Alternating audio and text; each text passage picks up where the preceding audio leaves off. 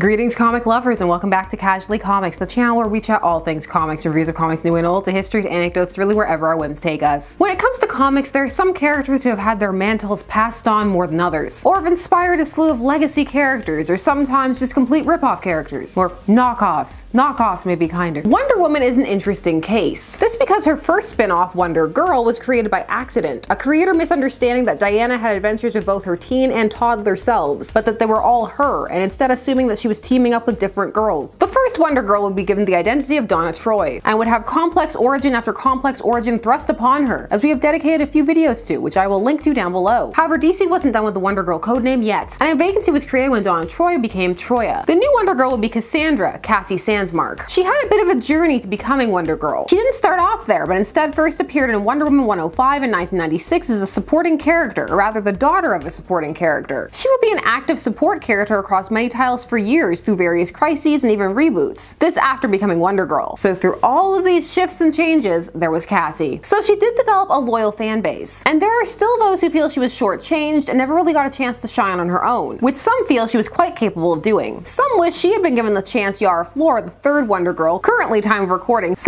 was for those of you in the future, given of an ongoing series. The thing is, Cassie kinda sorta had that happen-ish, but alas, it was a mess. So let's take a look at the long forgotten mini-series from 2007, Wonder Girl Champion. But before we get started, I'm Sasha, and if you're enjoying this content, you know what to do. Hit that like button, hit the subscribe button. Join us in this comic book journey. Now, while Cassie may have a strong and loyal fan base, there are still many out there who go, "Who?" whenever she is mentioned. I mean, whenever I put a poll up and include her, there's always, "Who? Cassandra?" So just who is Cassie? Well, let me give you some cliff notes. Cassandra Sandsmark was created by John Byrne. She is the daughter of Dr. Helena Sandsmark and the god Zeus. She is a demigod who eventually finds her way to heroism as she admires Wonder Woman. It's to the point that initially she wore a black wig to emulate her, and also to help maintain her secret identity, but most importantly, wig life. Donna also gave her the second costume she ever wore as Wonder Girl, but Cassie was afraid to wear it because she didn't want to ruin it. Cassie's mother had the ability to remove her daughter's powers with a single touch, so she had to go through an arc of acceptance and letting her daughter go and be the hero that she wanted to be. Cassie had a complicated relationship with the god Ares, her half-brother, who had sought to know her better and given her some sweet weapons upgrades, but also used her as his anchor to the world. Well, you know, man's world, so pros and cons. She was in a relationship with Connor Kent, Con-El, and it was presented as an endgame type deal. She'd had a crush on him since the Young Justice days when they were both on that team. And in flash forwards, the future would show them together. However, when Connor died, she found comfort and a complicated rebound romance with his best friend, Third Robin, Tim Drake. She was a key member of the updated roster of Teen Titans and would always be tied closely to Wonder Woman lore. Then the New 52 happened, and let's just quickly go through that too. Now she was given a new edgy backstory. She was a teen thief and runaway who stole the weapons that had been given to her by Diana previously in the past canon. This time her dad was a demigod, son of Zeus and Wonder Woman's half-brother, so she was related to Wonder Woman. Why? Because why not? But we don't need to dive into that quagmire because our series is from 2007, so pre-New 52. So nice girl Cassie lives. This series, Wonder Girl Champion, is really more of a mini-series and completely tied into the events of the time it flows off of, that being the Amazons attack arc, wherein the Amazons were manipulated by Granny Goodness. This into attacking the capital of man's world, which is presented as United States, and specifically the White House. This was because they were detaining Diana after she had snapped Maxwell Lord's neck and it got broadcast. This miniseries spans 6 issues, but for all that happened, it really could have been 3. It was written by Jay Torres, and the J is for Joseph. I don't know, it was a mystery and I just needed it solved, so there you go. The art is by Sanford Green, and the colors by Nathan Massengill. Just fun fact, the artist for this is also the artist for Army of Darkness vs. Reanimator, which I know because I just reread that. Just, you know, worlds colliding. The header at the top of the first issue, which states from the pages of Wonder Woman and Teen Titans, is accurate. Because if you weren't reading those 2 books or just following DC closely at the time when this was released, you would be lost. Following the Amazons attack incident, public opinion on the Amazons is pretty low. And Wonder Girl, Cassie, was directly involved in an incident that involved injuring the president, because she kidnapped him with Supergirl and was gonna bring him to Queen Hippolyta, and then he got wounded, and so she specifically is being called out. She's gone into hiding under the name Drusilla, which is a nod to the name of the Wonder Girl from the 70s TV series, and her mom is in hiding in a separate location. The opening gives you a cliff notes on her backstory, but also if you were to jump in with no reference points as to what else is happening, it's a little vague. The first issue sees her calling her mom, having to team up with Robin, Tim Drake, who she's recently shared a kiss with, so it's awkward. She's in a weird place, and then she goes to help capture one of the battle beasts that was left roaming around from the Washington incident.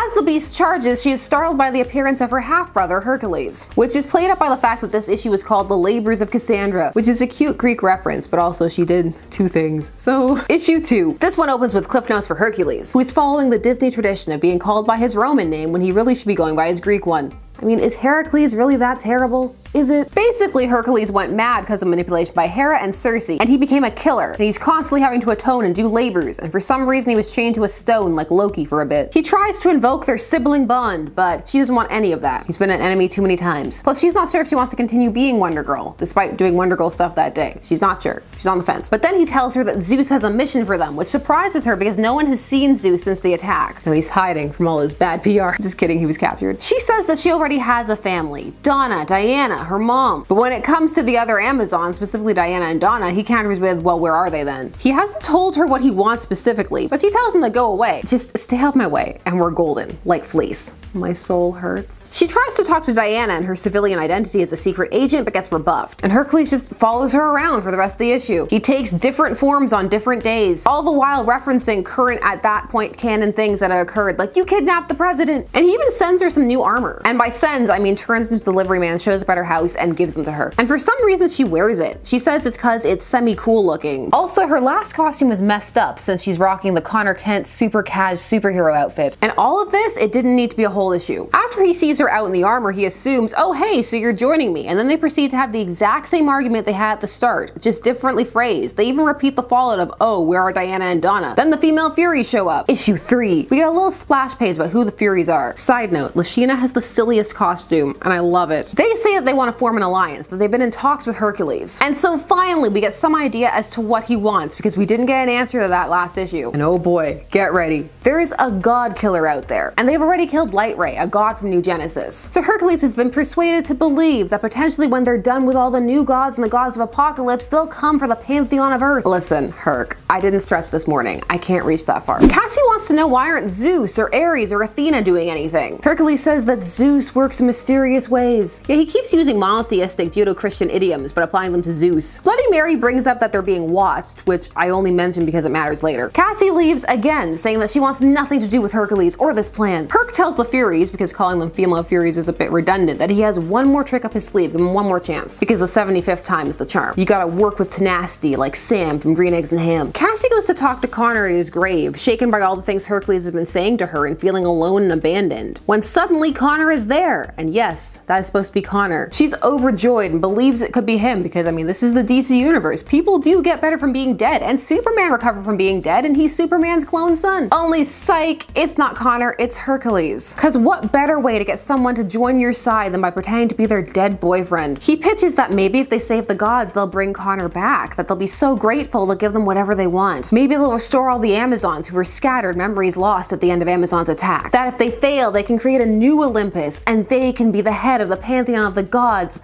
and together, like Zeus and Hera, cause they were siblings too.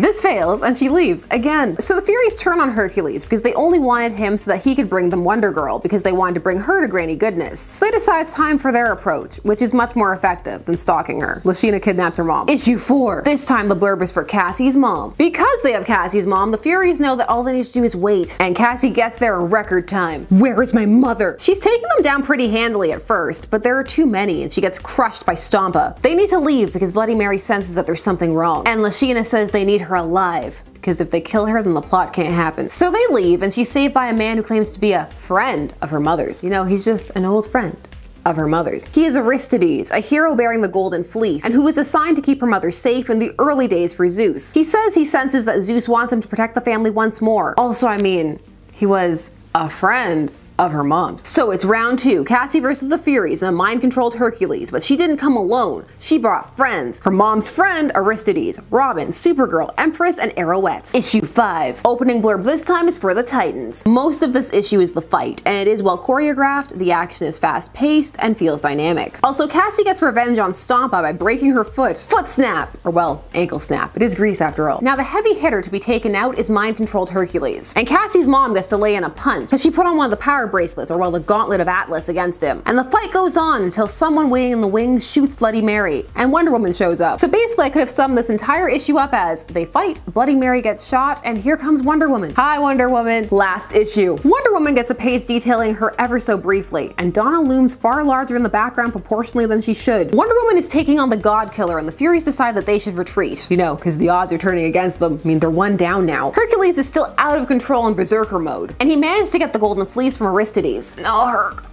That's me. Your sister. You need to stop calling me sister. I'll chalk it up to being choked. You know, when someone is choking you out, you'll say whatever. Make it stop. Supergirl gets the fleece and Wonder Woman leaps in with an unhand her. The Furies attempt to capture Cassie on their way out, which snaps Hercules out of his mind control. Because I mean, how can they be the next Hera and Zeus if she's on Apocalypse? And so they get her back with some help from Arrowette and a timely placed arrow. Wonder Woman says that she has some explaining to do, young lady, which Cassie calls her out for, saying that her mom is right there. She has a mom, and also where has Diana been? Her mom is busy talking to her old friend.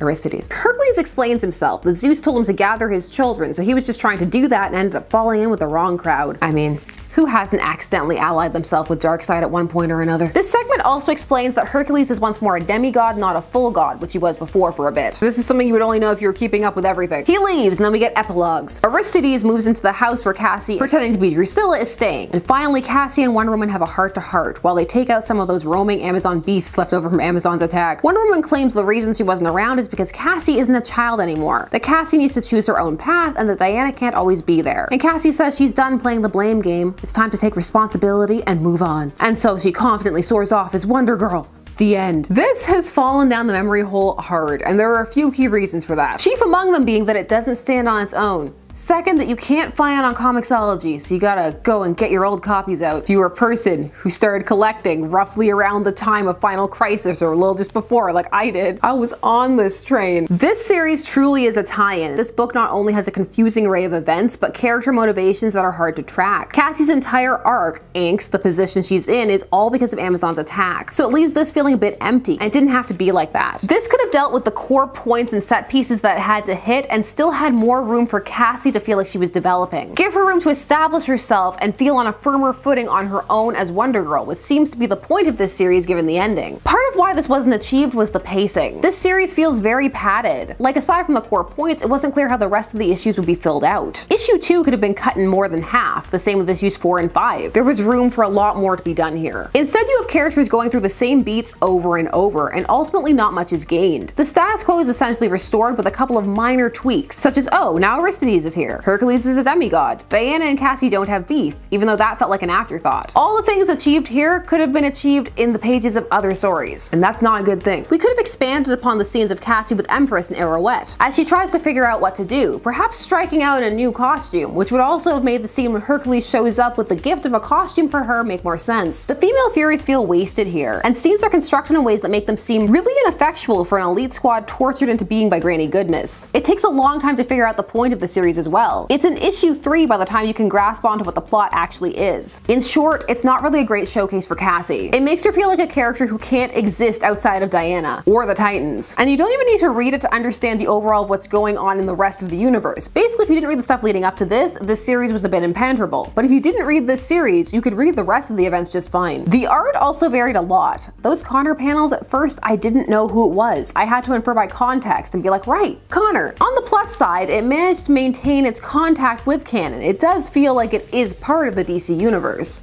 It just doesn't feel like a very solid mini. On the plus side for Cassie, she has some real issues to work through, and for brief moments that is touched upon, you can see vestiges of what it would be like to have Cassie truly pull focus. So instead of beating up on this mini any longer, I want to hear from you. There are those, as I mentioned, who really wish that Cassie had been given her own solo series. So I want to know, what would that look like? What would the premise be? What is your dream Cassie Wonder Girl solo series? Do you like pre-New 52 Cassie or post? What do you hope for her as a character? Or if it's the future, aka your present, how do you feel about how she's being utilized? If you read this series, tell me your thoughts. Did you like it? Am I too cruel and harsh a mistress? Share all your thoughts down below. While you're down there, please do all the YouTube things. Like, share, comment, subscribe, and hit the bell notification so that you never miss a vid. Thanks so much for taking some time of your day to spend discussing comics with me. I always appreciate it, and I will see you again soon. Bye-bye.